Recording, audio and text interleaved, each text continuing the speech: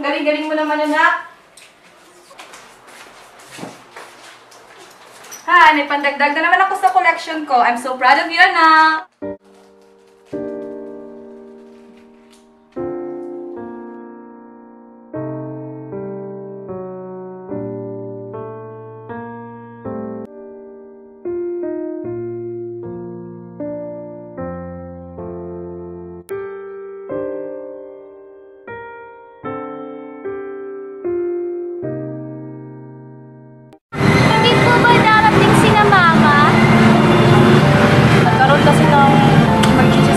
Kaya hindi lang po nakakarating sila mama at papa mo. Pero andito naman si tita mo, di ba? Gusto mo lang ice cream? Sige, hintay ka lang dito muna.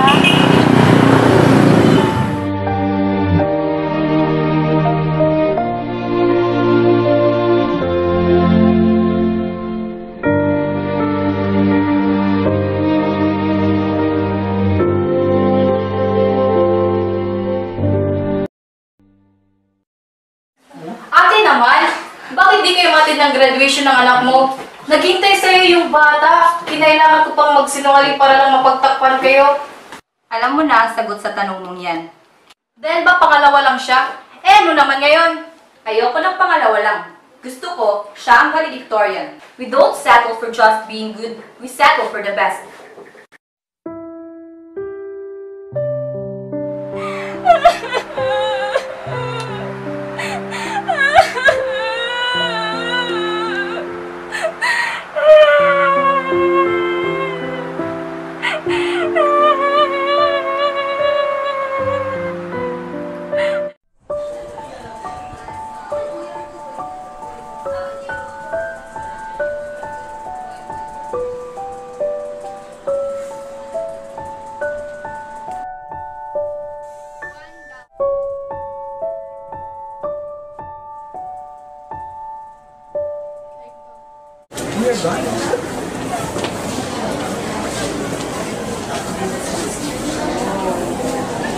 Congrats na yan!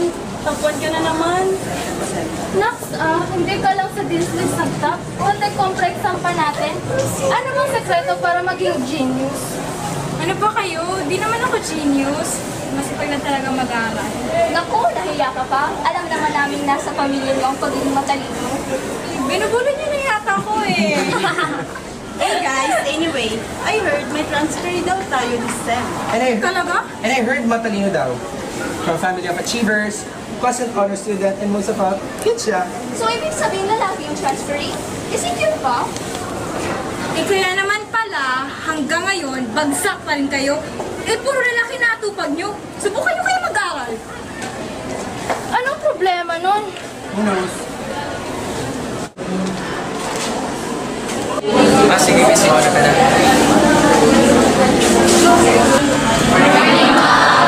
Okay, so those who were not able to submit their load slip yesterday, please submit your load slip. Wala na? Wala pa. Oh, so you're new here. You're a transferee? Okay, can you please introduce yourself? Sa class kasi ang mga transfer talaga po pinaka-introduce lang. Lalo na pag-appear. Di ba, class? Pag-introduce lang sila. Hi classmates, I'm Brian Leo from Cebu. Oh, sige. Cebuano ka din ay? Sige. Cebuano ko. Pero ulit-ulit ko. Thank you. Okay class, so nagawa na ba ninyo ang assignment? May assignment na kasi kami. Nagawa na ninyo yung assignment, yung pinaka-research ko sa inyo? Yes. More future benefits. Economic, in nature. Nakuha natin yung lahat? Yes. Okay, so we will be having your first quiz next week. Oh, ayan na naman. Sige, kayo na naman ang mag-ako. Okay, so anong meron tayo next week? Quiz! Okay, I hope you will prepare. And remember, ang rule, hindi pwede ang mag-cheat. Claro? Is that clear? Yes!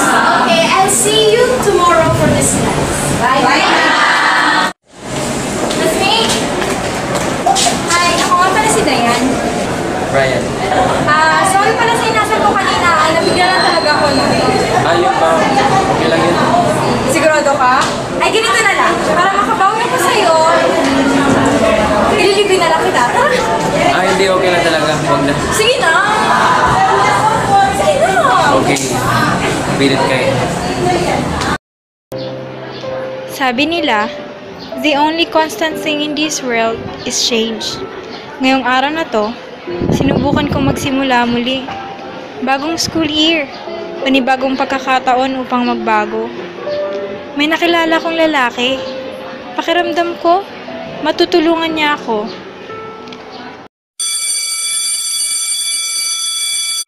Kaya na niya ha? Sulat lang. Babasa. Wag! Tara na, pasok na tayo. Christine, yun naman rin ako. Salamat ha. Tapos mo na agad? Baka mo ko lang pinero sa'yo to oo. Ginagawa sa magbasa ka na eh. Pakilagay na lang mo sa desk ko. Kailangan ko okay.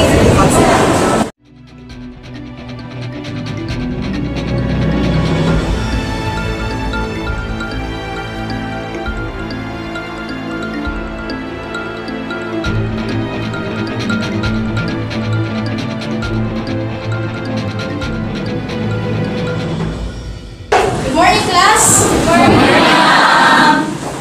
As promised, you will have your quiz today, regular quiz. Oh my God! Yes, today is your regular quiz. Last week, nagsabi ako that we'll have a quiz this week. Ang surprise ang day. So, surprise!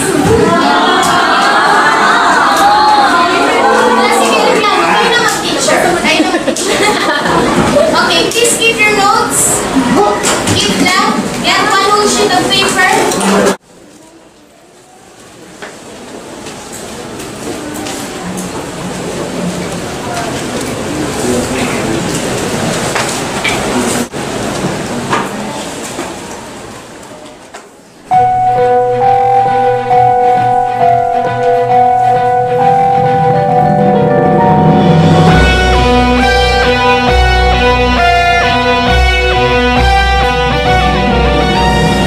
Miss Cruz, what's the meaning of this? Kanino? At naka-insert ito, hindi ko alam. I told you ba na bawal ang cheating? Dapat include mo naka-insert ito sa book mo. I need to see you later, ha? Pwede ka nagpahimik sa quiz mo ngayon. The rest, you may continue having your quiz on the screen.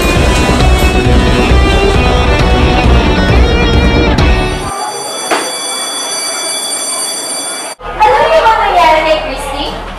Ano daw? Ay, oo nga, sabi, na-expel daw siya. Lumipat na ng ibang school kasi nakita ni Ma'am, nabidyo ng kami ko sa exam. Yun ba? Pero hindi ako naniniwala na mobile si Christy. Kanino kaya nun?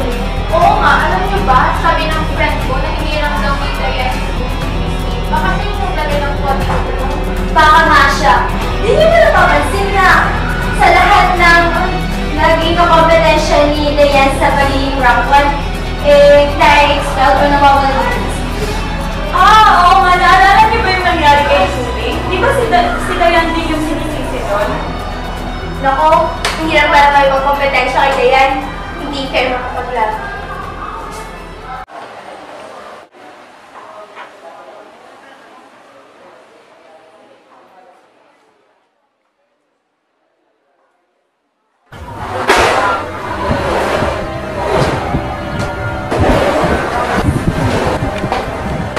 Ayan, okay ka na? Ayan, ano bang nangyayari sa'yo?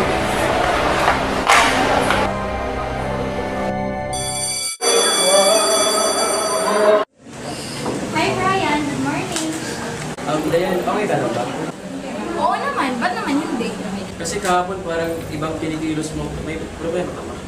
Ano ka ba? Okay nga lang ako. Napagod lang ako nagkahapon kaya huwag mo lang hindi.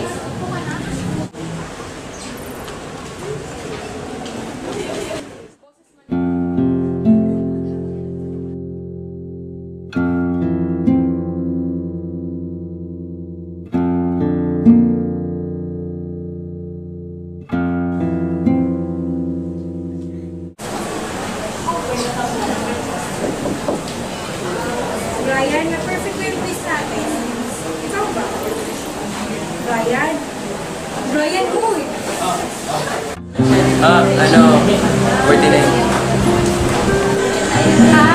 One point lang pala, perfect mo na rin yung quiz natin.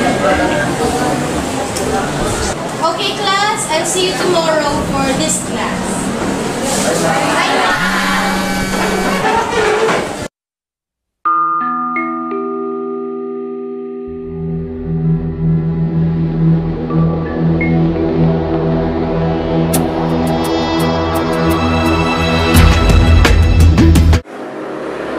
Ayoko na.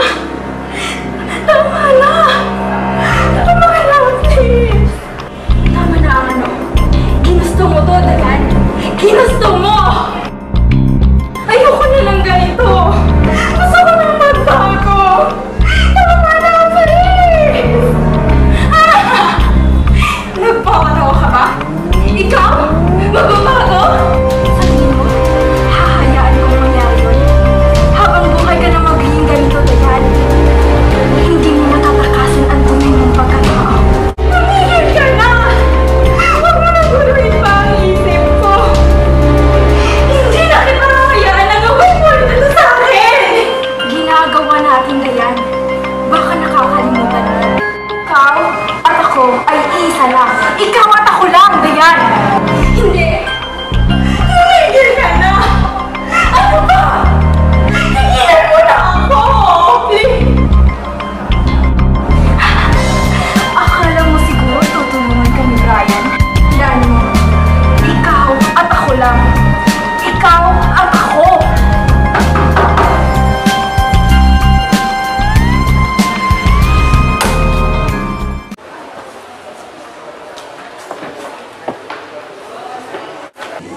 Akala ko di ka na darating.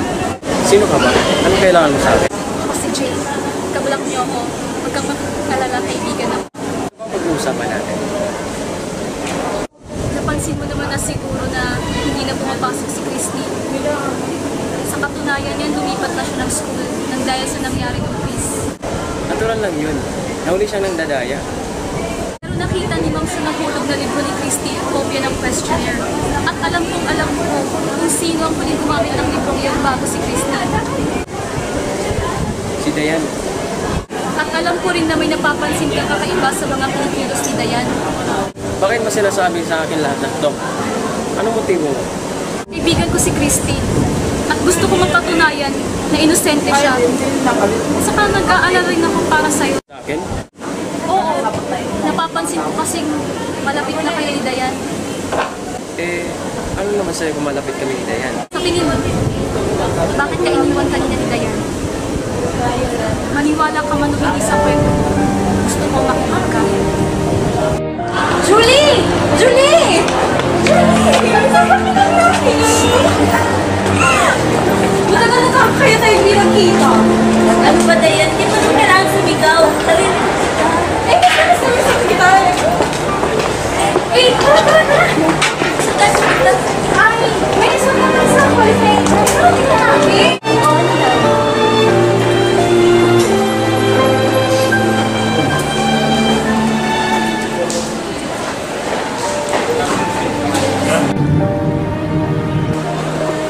Dayan!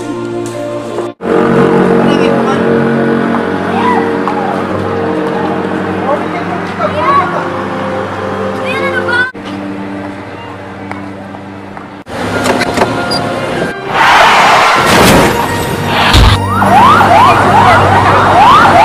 Nang araw na yun namatay si Julie at si Dayan ang salari.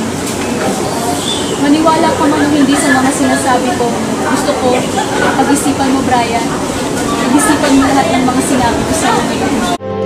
Dissociative identity disorder. Yun ang naiisip kong dahilan kung bakit nagagawa ni Dayan ang mga bagay na yun. Nagkaroon siya ng split personality. At ang masayahing Dayan na madalas mong nakakasama ngayon, isa lang yun sa dalawa niyang pagkatao.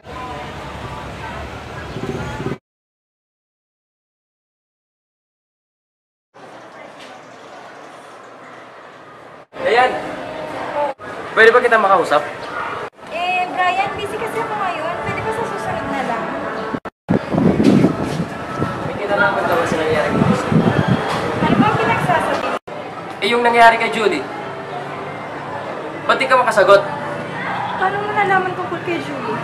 Hindi na importante kung paano ko nalaman. Sagutin mo ako. May kinalaman ka ba? Kapag dahil kung bakit namatay si Julie? Wala kang alam! Kaya pwede ba? Huwag mo akong pakilaman!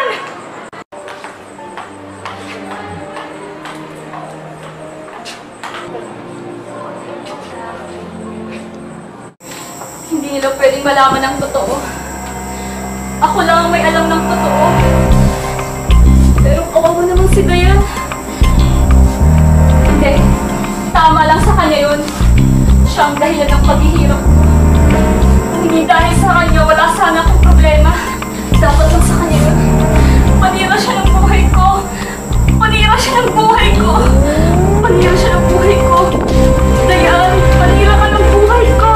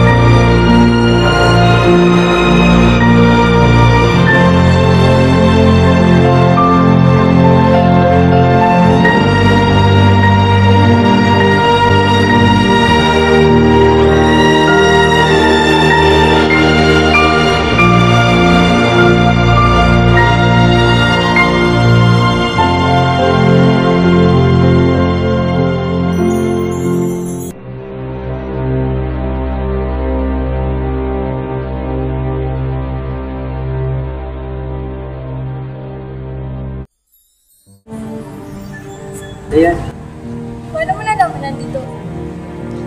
iwan mo to sa bench. Sorry, pinagunahan kita. Naniniwala ka na sa akin?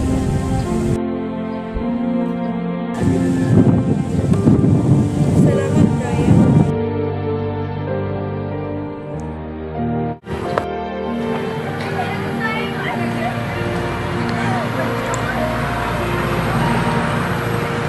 Wala. Bata, wala rin po ba yung mga magulang ko? Lagi naman silang wala.